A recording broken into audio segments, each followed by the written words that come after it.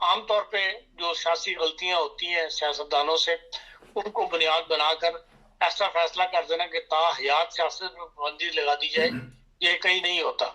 ہاں بہت بڑی کرپشن کی ہو کسی نے، بہت بڑے اربوں روپے کے آپ کے سامنے آ گئے ہوں، پروجیکٹس کھا گئے ہوں، تو تب تو پھر آپ ان پہ پابندی لگائیں. صرف یہ کہ صادق اور امین نہیں ہے، تو صادق اور امین تو پوری اسمبلی نہیں. کون ہے جو وہاں پہ 100% سچ بولتا ہے، یہ ہمیشہ سچ بولتا ہے، ایک بھی نہیں ملے گا آپ کو. لیکن یہ ہے کہ جس کو جو پکڑا گیا، جس پہ گرفت کرنی ہو، جس سے گلے میں پھندا ڈالنا ہو، اس وقت اس پہ یہ مجبوری یہ پابندی لگا دی جاتی ہے. اور یہی نواز شریف صاحب کے ساتھ ہوا، اور یہی اپنے جہانگیر ترین صاحب کے ہوا. اب ہر بار کونسل جو ہے وہ اس پر اس کے خلاف ہے، اور انہوں نے پٹیشن داخل کی ہے کہ بھئی یہ تا حیات پابندی نہیں ہونی چاہیے. اگر پابندی کہیں لگتی ہے تو 5-7 سال کی پابندی مطلب ہونی چاہیے، یا ایک سیشن کی پابندی چاہیے کہ قومی اسمبلی کے جس سیشن کے لیے وہ انتخابات میں حصہ لینے سے نااہل قرار دیا گیا، وہ اس سیشن تک ہی پابندی موجود ہو. ہمارے قانون جو ہے وہ سزا کا بغیر کسی سوچ سمجھ کے جسے کہتے ہیں وہ کر دیا جاتا ہے. جیسے توہین مذہب پہ بھی جو ہے وہ ہر جج جو ہے وہ سزائے موت دے دیتا ہے، اور جو 12-14 سال 20 سال سزا دی جاتی ہے. پرسوں جو فیصلہ ہوا ہے لاہور میں، جو پاکستانی اخبارات نے اس کو نہیں دیا، لیکن دنیا کے اخبارات نے اس کو کافی اچھالا ہے.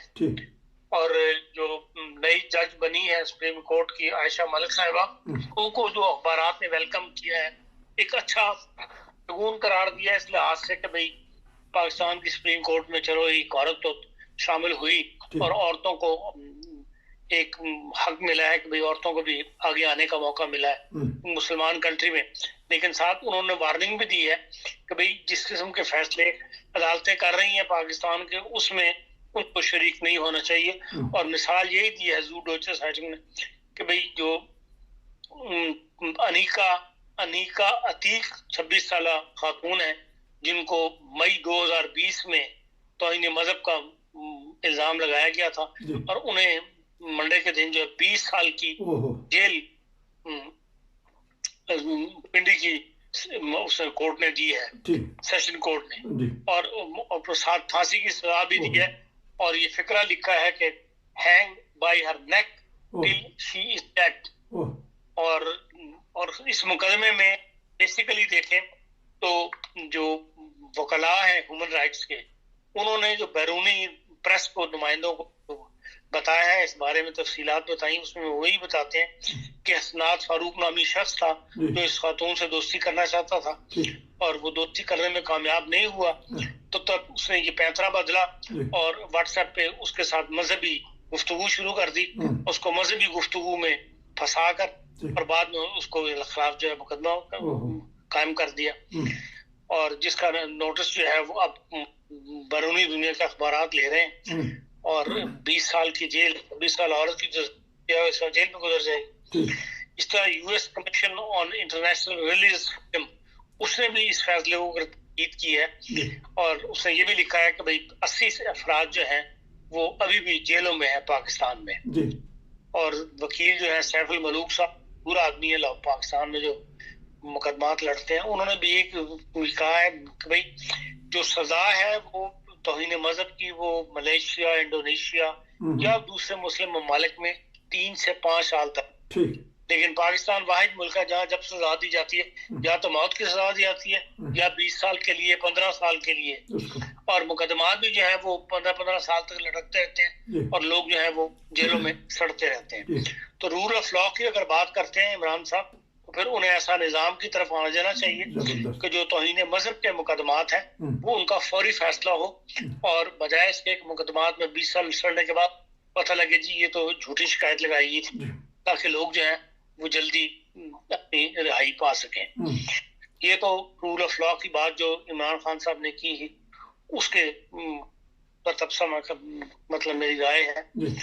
اور اس کے علاوہ سیاسی طور پر جو صورتحال درپیش ہے ان کو وہ چین جا رہے ہیں، اور آپ کو پتہ ہے کہ جو سی پیک ہے اس پر کام بند ہے.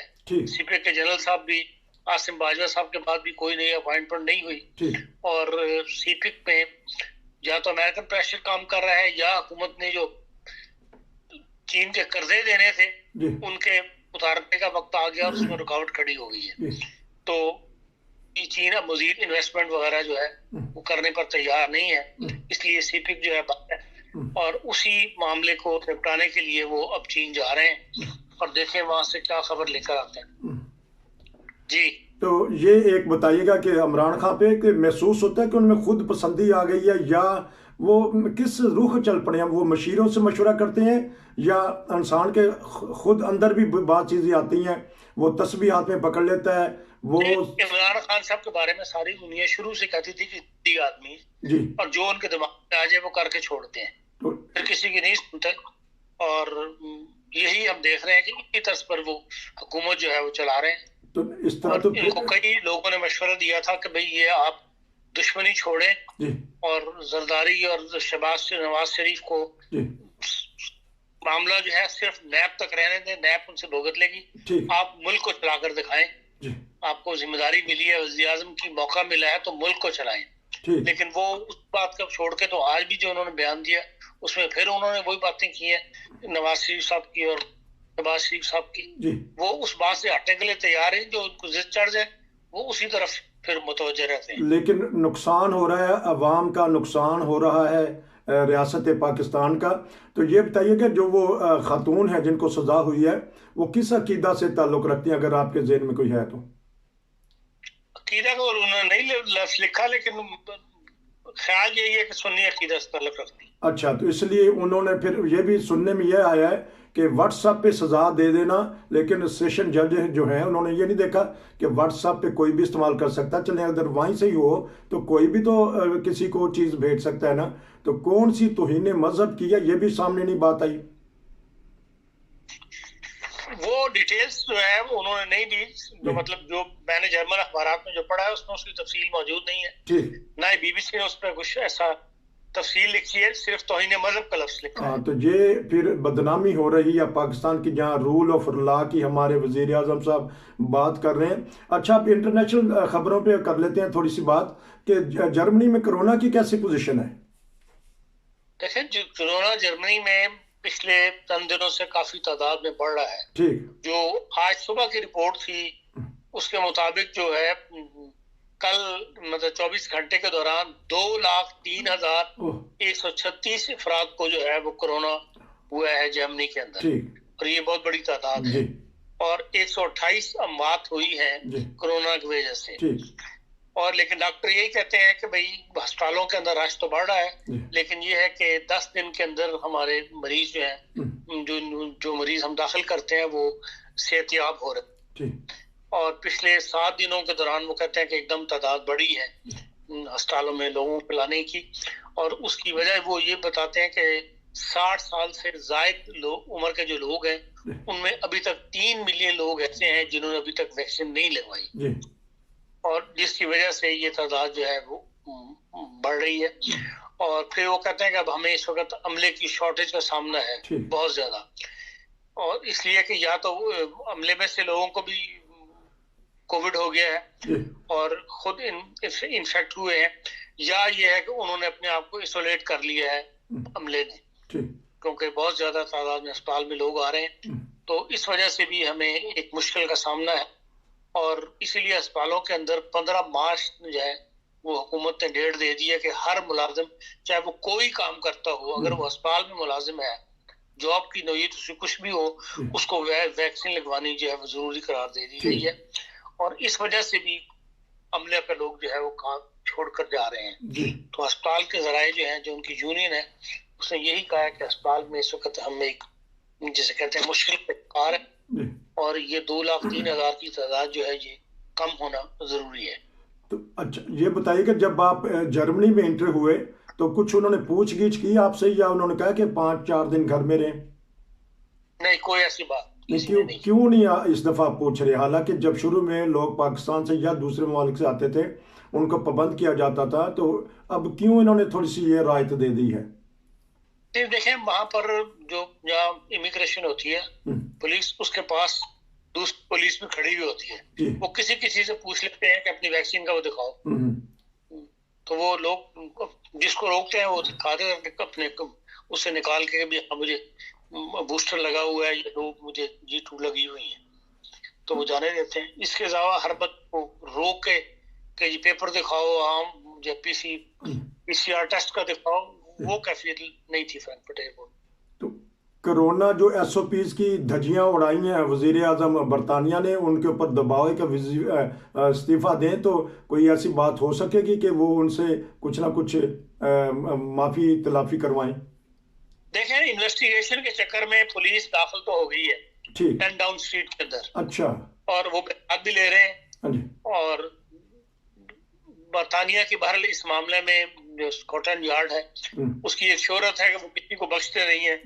جب وہ یہی دیکھ لیں آپ, وہ شاہی خاندان کے ساتھ بھی ہو رہا ہے اور یہی اب اس کے ساتھ وزیر اعظم کے ساتھ بھی سلوک کر رہے ہیں. اور دیکھیں انویسٹیگیشن ہوگی اور اگر واقعی کوئی بہت زیادہ انہوں نے خلاف ورزی کی ہوئی تو یقیناً جو پارلیمنٹ ہے وہ ان کو سامنے لے آئے گی ان کو. تو اس کا مطلب جو یہ پولیس ہے برطانیہ کی, یہ اندر گھس کے پھر کھلبلی تو مچا دیتی ہے نا؟ بالکل, اس اسکاٹلینڈ یارڈ کے پاس بڑی پاور ہے اور یہ پھر کسی کے ساتھ رعایت نہیں کرتے, نہ کسی کی سنتے ہیں. ہاں, تو پھر میری تو پھر ہیڈ لائن یہی ہوگی نا کہ برطانیہ پولیس نے کھلبلی مچا دی, تو آپ نے کہنا یہ کھلبلی کیا ہوتی ہے؟ کھلبلی سے دنیا ذرا پریشان ہوئی تھی, کھلبلی کا لفظ جو ہے نا. اچھا, نہیں تو یہ تھوڑی بات ہے کہ پولیس ایک حاضر وزیر اعظم کے گھر میں گھس کے وہ تلاشی لے, صرف یہ کہ انہوں نے SOPs کی یا اپنی سالگرہ پہ یا جو بھی انہوں نے تقریب کی تھی اس کی پابندی نہیں کی. بہرحال ناظرین کو یہ پتہ ہونا چاہیے کہ یہاں کی جو پولیس ہے نہ یہ رشوت لیتی ہے. یہاں بھی اگر پولیس جرمنی نظر آ جائے تو انسان کا ویسی طرح نکل جاتا ہے, چاہے کچھ ہو بھی یا نہ پاس. تو یہ آج کی بڑی خبر ہے کہ برطانیہ کی پولیس جو ہے وہ وزیر اعظم ہاؤس میں گئی, اس کو کیا کہتے ہیں میرے ذہن میں سے نکل گیا, اس کے وزیر اعظم ہاؤس تفتیش کرنے کے لیے گئے ہیں وہ لوگ. ہاں نہیں, لیکن کون سا گھر 10 کیا کہلاتا ہے وہ؟ 10 ڈاؤن اسٹریٹ. 10 ڈاؤن اسٹریٹ میں بعض دفعہ ذہن میں سے الفاظ نکل گئے ہیں. وہاں وہ پولیس گئی ہے, وزیر اعظم سے تحقیقات ہو رہی ہیں. یہ ہوتا ہے رول آف لا. اگر ہمارے وزیر اعظم صاحب سوچیں, آنکھیں بند کر کے ریلیکس کریں, جس طرح شامی صاحب نے کہا, بڑا اچھا انہوں نے کہا کہ جائیں نتھیا گلی میں جائیں تھوڑا سا وہ. لیکن عرفان خان صاحب نے ایک بڑی پتے کی بات کی, ہر وقت ڈر لگا رہتا ہے کیونکہ پیچھے سے سیڑھی نہ کھینچ لے, کیونکہ جنیجو کی سیڑھی کھینچ لی تھی, مشرف جب واپس آئے ہیں انہوں نے نواز شریف کی سیڑھی کھینچ لی, اس طرح وہاں کھینچا تانی لگی رہتی ہے. دیکھتے ہیں کہ پاکستان کے حالات کب ہوں گے, کب بدلیں گے. ہر روز عمران خان صاحب ایک سرمنی کرتے ہیں, ایک تقریب کرتے ہیں, اس میں جا کے بولتے ہیں. خان صاحب آپ کا بہت شکریہ. انشاءاللہ ہم آپ سے مزید بہت ساری خبریں ان کے اوپر تبصرہ لیں گے. ناظرین نصیر کو